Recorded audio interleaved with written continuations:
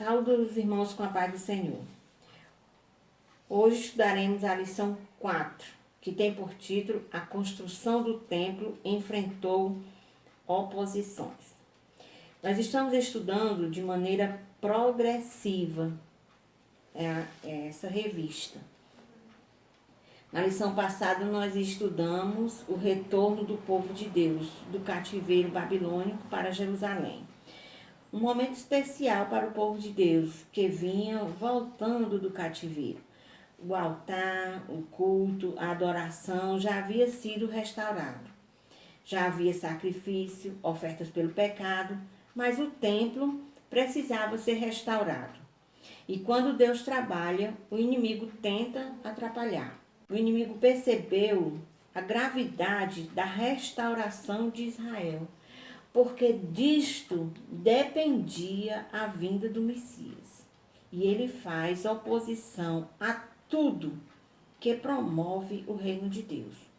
Portanto, irmãos, vamos vigiar, orar, porque por mais simples que seja o que fazemos na casa do Senhor, nós vamos enfrentar contrariedades estranhas e decepcionantes. Nos livros de Esdras, Esther, Neemias, descrevem a volta dos judeus do exílio. E nós vamos ver que há um tempo muito distante entre o primeiro grupo que veio com Zorobabel, que é o que nós estamos estudando agora, e o grupo que veio com Esdras e o grupo que veio com Neemias. E o primeiro ponto da revista fala sobre os alicerces do templo são lançados. Que alegria, né? Quando os alicerces foram lançados, os sacerdotes, os levitas, com trombetas, saltérios, os filhos de Asaf, para louvarem ao Senhor, todos para assistirem o lançamento dos alicerces com grande júbilo e alegria. Que as suas vozes, lá no capítulo 3, no versículo 13, diz que era tão grande a alegria que as suas vozes se ouviam de muito longe. Aqui no texto bíblico diz assim, de maneira que não se discernia o povo as vozes de alegria das vozes de choro do povo, porque o povo jubilava com tão grande júbilo que as vozes se ouviam de muito longe. Ora eles choravam, ora eles cantavam, ou uns cantavam, outros choravam, e eram de um tão grande, tão alto, que de longe se ouviam as suas vozes. E aí eu fiquei meditando. Lá no Salmo 126, diz que eles que voltavam do cativeiro estavam como que sonham. Quando o Senhor trouxe do cativeiro os que voltaram a Sião, estavam como os que sonham. De alegria era tão grande que eles sonham, parecia um sonho, parecia que aquilo não era realidade. Lá no Salmo 137, nós vamos ver a tristeza deles quando eles chegaram lá na Babilônia. No Salmo 137, eles dizem assim, junto aos rios de Babilônia, nos assentamos e choramos, lembrando de Sião. Nos salgueiros que há no meio dela, no meio da Babilônia, penduramos as nossas harpas. E os que nos levaram cativos pediam, canta-nos uma canção de Sião. E eles disseram, como entoaremos o cântico do Senhor em terra estranha? Lá na Babilônia, eles não cantavam. Mas nesse dia, 70 anos depois, a alegria dos judeus era tão grande, que se ouvia de longe a sua voz. Parecia que nunca ia acontecer. Mas naquele dia era uma festa, um culto, por causa do encerramento do fundamento do templo. Eles cantaram cantaram com muita alegria por aquele momento ali. Afinal, o que fez com que aqueles judeus conservassem por tanto tempo o conhecimento tal como estava escrito na lei de Moisés, tal como Davi ensinou? Como eles se lembravam? Porque eles passaram 70 anos. No texto que nós lemos lá no Salmo 137, diz que lá eles não cantavam os hinos de Jerusalém. E como é que eles, agora ali naquele momento, e a Bíblia diz também aqui que eles, aqui no versículo 3, eles fizeram como está, ele diz assim aqui no capítulo 3, no versículo 3, ele diz assim: e edificaram o altar de Deus, do Deus de Israel, para oferecerem sobre eles holocaustos, como está escrito na lei de Moisés, o homem de Deus. Eles fizeram tudo igual como está escrito na lei de Moisés. Como, irmãos? Como que essas pessoas, esses judeus, fizeram tudo como está escrito na lei de Moisés? 70 anos depois. E aí, eu só tenho uma explicação: compromisso com Deus. Fé, esperança e amor. Fé em quê? Nas promessas do Senhor. Porque o Senhor, irmão, renova as promessas. É as promessas do Senhor que nos faz caminhar cada dia. É as promessas do Senhor que renovam nossas forças. Eu falei em outras aulas, como é que a gente adquire fé? É só pedir: Senhor, acrescenta a minha fé. Eu falei isso em outras aulas. Não. A Bíblia diz que a fé vem pelo ouvir. E o ouvir, a palavra. O Senhor renova as promessas. Eles se lembravam das promessas feitas. E aí guardavam. E a esperança. Eles tinham uma esperança viva no retorno a Jerusalém. E amor. Amor a quê? Amor pelo Senhor. O salmista Davi, lá no Salmo 42, ele diz assim: assim como o servo brama pela corrente das águas, assim suspira a minha alma por ti. Né? Então, irmãos, era isso que mantinha viva no coração daqueles judeus por 70 anos a fé, a esperança e o amor. E é isso, irmão, que nos anima. É isso que nos anima a esperar Jesus voltar, a volta do Senhor Jesus. É a fé, a esperança e o amor. A fé de que Ele morreu para nos salvar. A esperança na sua promessa de que Ele fez, que vem nos buscar. E o amor que nós temos a Ele, porque Ele nos amou primeiro e nós aceitamos a Ele e amamos a Ele também. Por isso que nós não vamos nos desanimar. Não vamos enfraquecer a nossa fé. Vamos esperar Jesus voltar. O segundo ponto diz a reedificação do templo. A reedificação do templo foi resultado de um despertamento que veio através do rei Ciro. Mas, como já foi dito, a iniciativa foi de Deus. Foi Deus quem despertou o rei Ciro. 200 anos, olha, irmão, não foi 2 dias. Foi 200 anos antes, 2 séculos antes de Ciro nascer. Deus já havia profetizado através de Jeremias que o rei Ciro iria libertar o seu povo, o povo de Deus. Então, Ciro foi um instrumento nas mãos de Deus. Deus despertou no espírito de Ciro no sentido de não só decretar a liberdade dos judeus, mas também de ajudá-los a reconstruir a sua nação. Está escrito aqui em Esdras, no capítulo 3, versículo 1 e 2, pois diz, pois no 7º mês, e chegando, pois, o 7º mês, e estando os filhos de Israel já nas cidades, se ajuntou o povo como em um só em Jerusalém. E levantou-se Jesuá, filho de Josadaque, e seus irmãos, os sacerdotes, e Zorobabel, filho de Saatiel, e seus irmãos edificaram o altar de Deus. Então, tudo isso foi Deus que fez. E Zorobabel, o governador, e Josué, o sacerdote, também. E também os principais. Deus não só, como eu li aqui no texto, não foi só o rei Ciro que Deus despertou.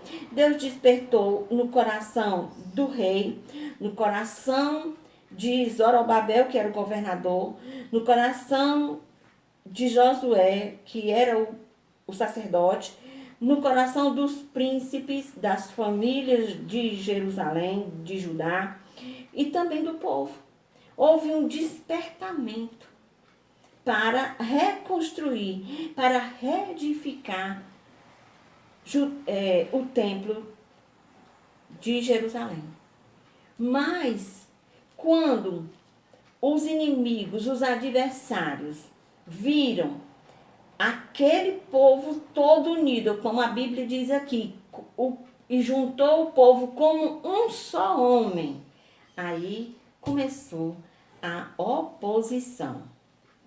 E é o nosso ponto agora que nós vamos ver. Todo o povo foi despertado.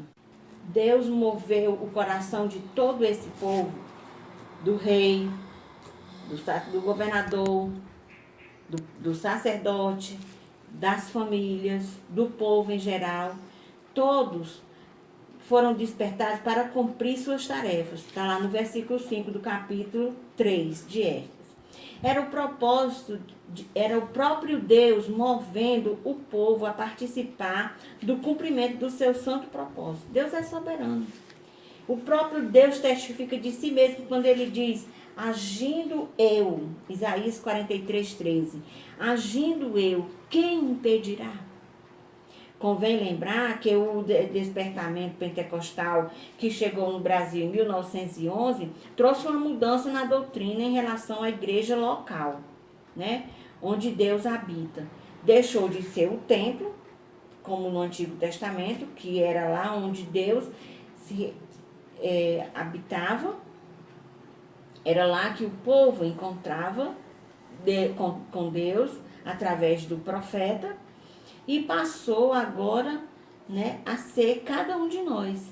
Nós, está lá em 1 Coríntios 16, que diz que hoje não sabeis vós que sois templo de Deus e que o Espírito de Deus habita em vós? Então, hoje, cada crente é templo de Deus.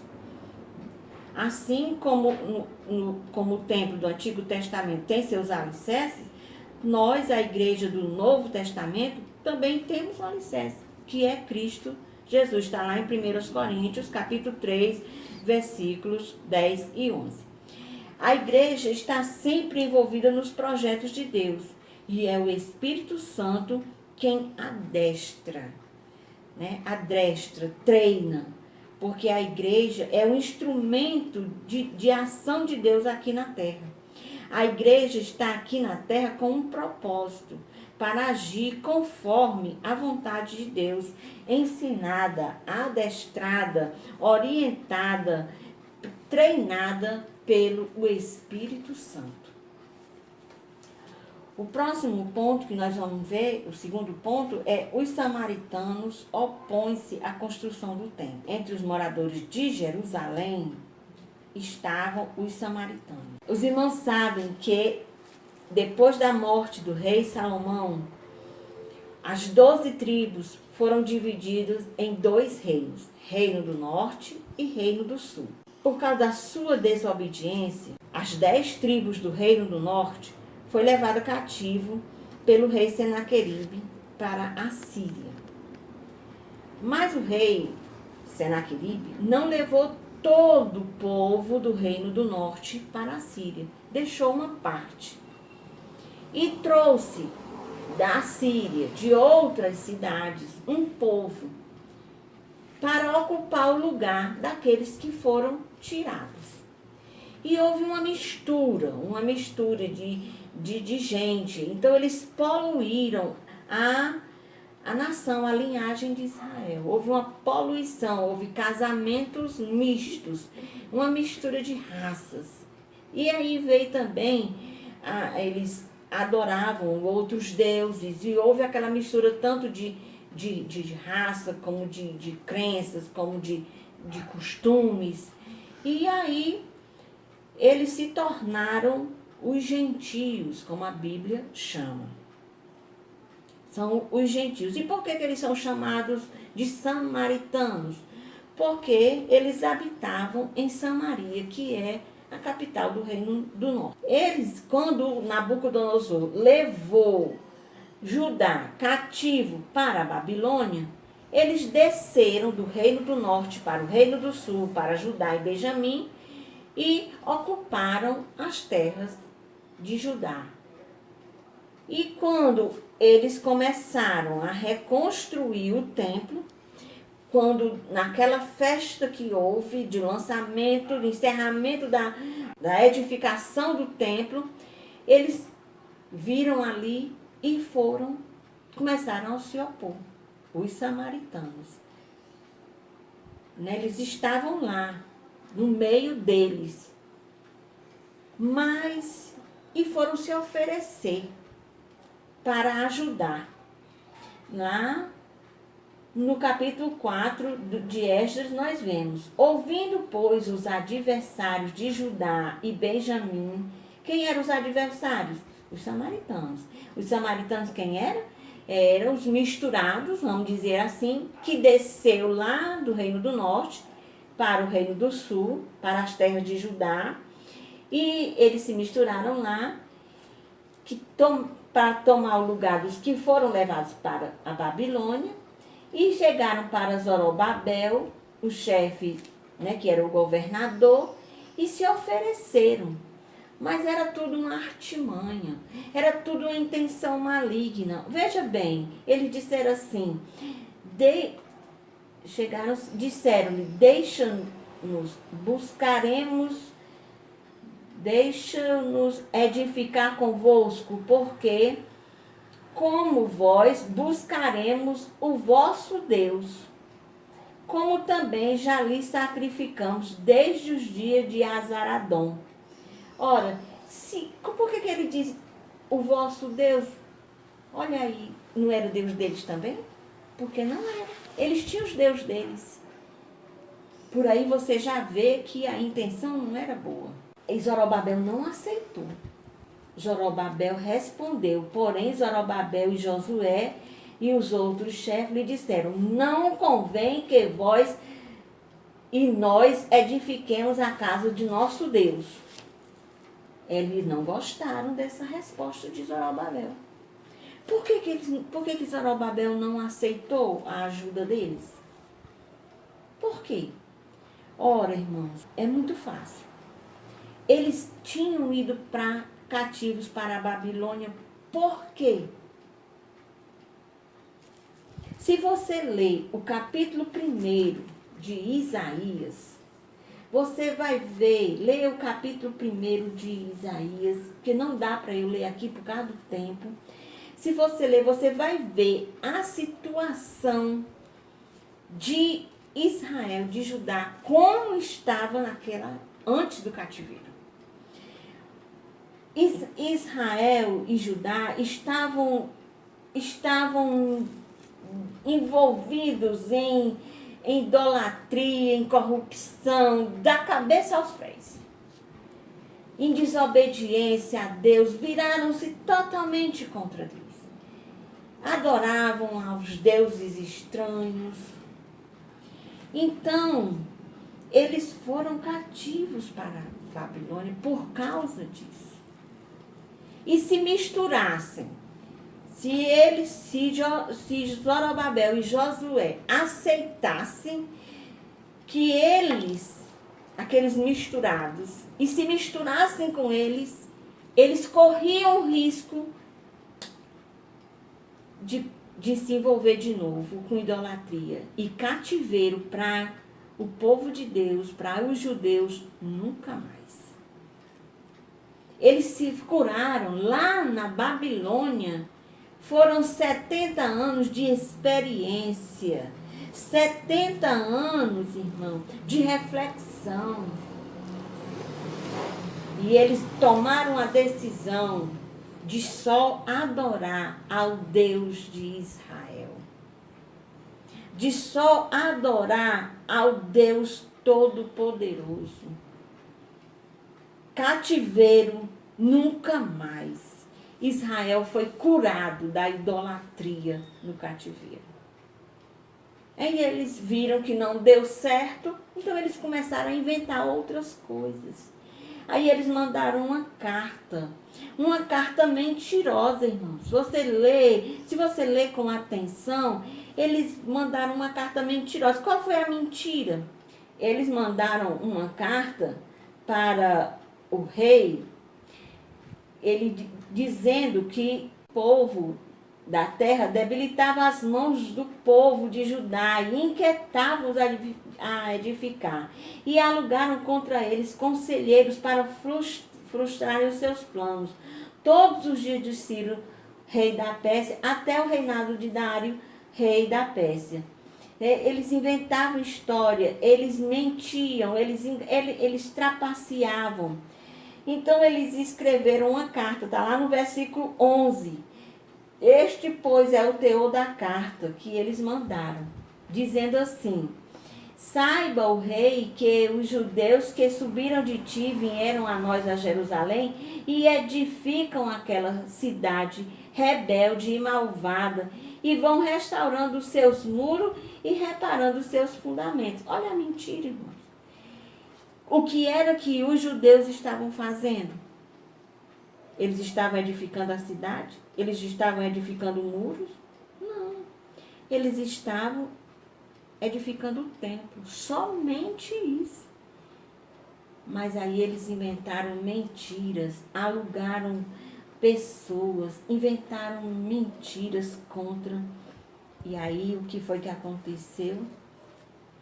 O rei mandou homens com violência e muita violência, e a obra ficou parada por 15 anos. Por 15 anos ficou parada a construção do templo. Os inimigos, os samaritanos, eles impediram a obra, mas não impediram a vontade de Deus. O ponto 3 da nossa revista fala como se explica a falta de experiência, a falta de resistência dos judeus. Vamos para o capítulo 4, e o versículo 5, como eu já falei, diz que eles alugaram conselheiros para frustrarem os seus planos. Veja no versículo 23 do capítulo 4, ele diz assim, que eles foram apressadamente. Quando eles receberam a carta, eles foram apressadamente a Jerusalém, aos judeus, e impediram a força de braço e com violência. Eu não quero nem imaginar a violência que aqueles samaritanos chegaram naqueles judeus. Não quero nem imaginar como foi aquilo. A ponto dos judeus pararem e não quererem mais reconstruir o templo, e pararam por 15 anos. Né? Vendo esse texto, irmãos, nós percebemos que eles não estavam levantando, os samaritanos não estavam se levantando apenas contra os judeus, não. Mas eles estavam se levantando contra Deus, contra o rei e contra os judeus, contra o povo.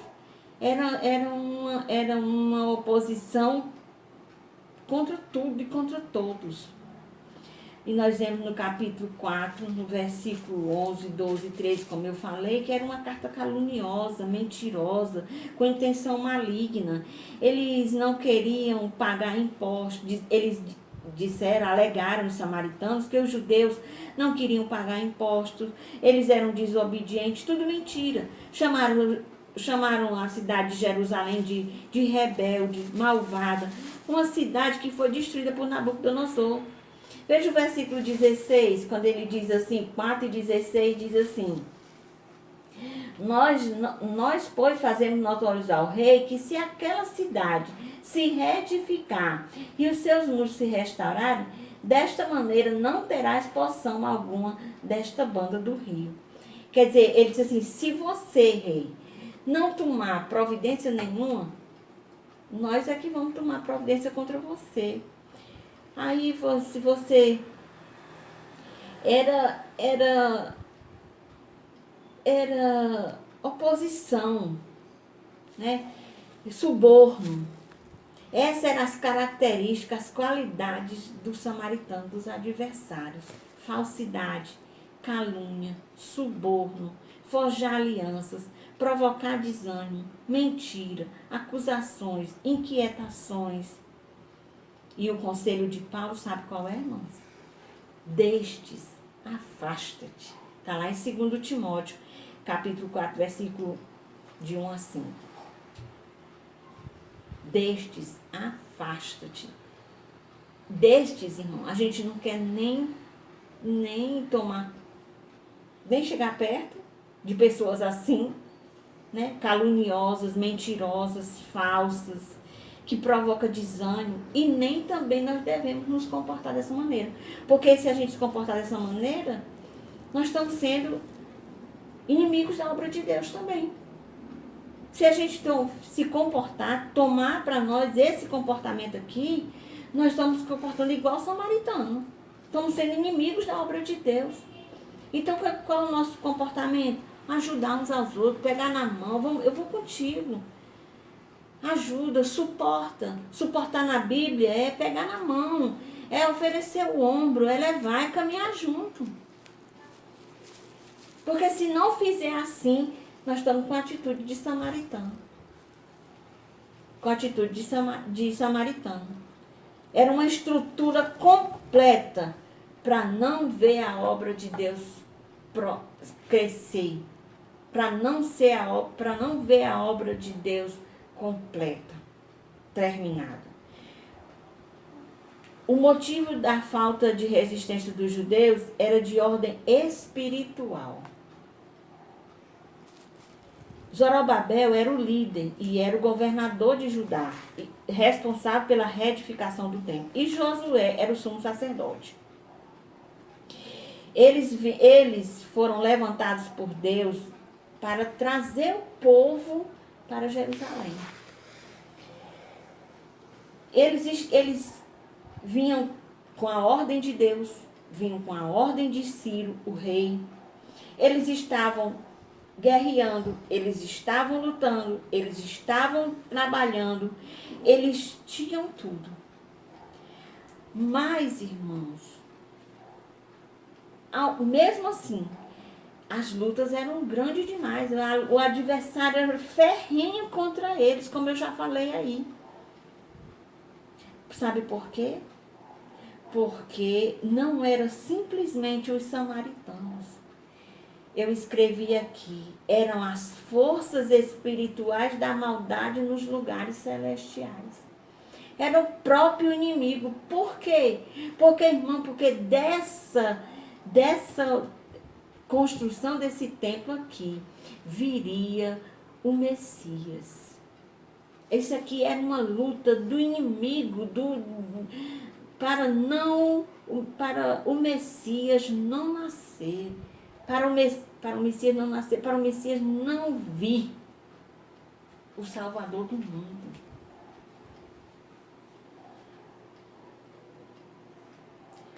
Zorobabel nos lugares celestiais. E Zorobabel e Josué estavam confiando em suas próprias forças.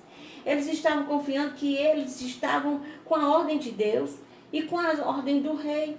Então eles confiaram. E aí Zorobabel disse assim, aqui está uma coisa errada. Aqui está uma coisa errada. Porque se nós estamos com a ordem de Deus, com a ordem do rei, por que essa luta tão grande? Essa oposição tão grande? Aí Deus manda 2 profetas, o profeta Ageu e o profeta Zacarias.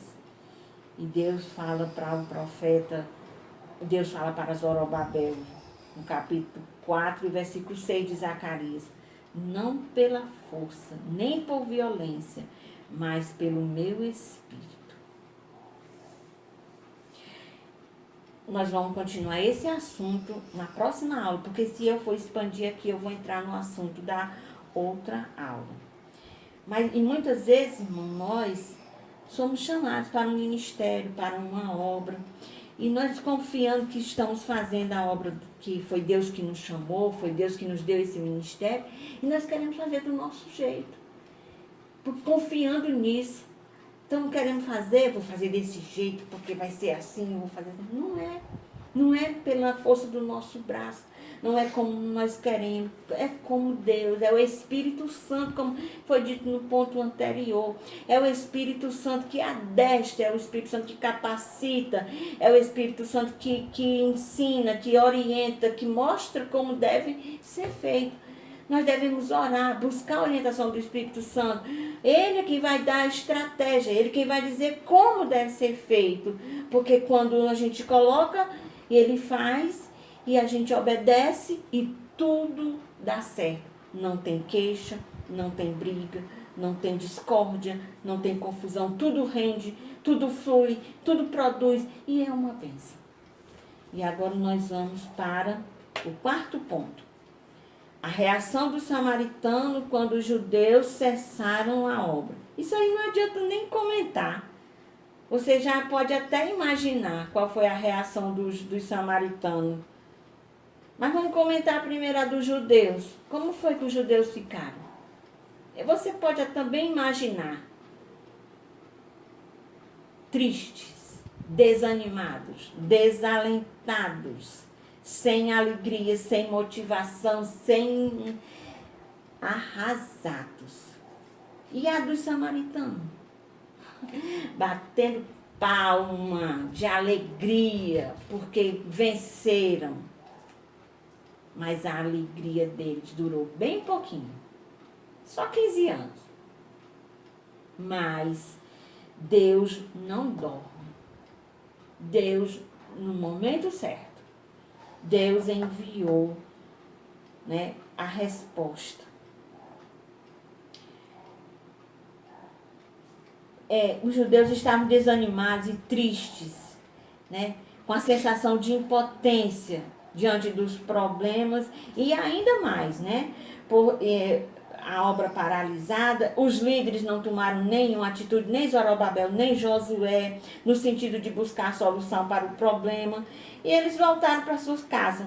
Cada um voltou para sua casa, para sua cidade. Cada um foi tomar conta da sua vida, né?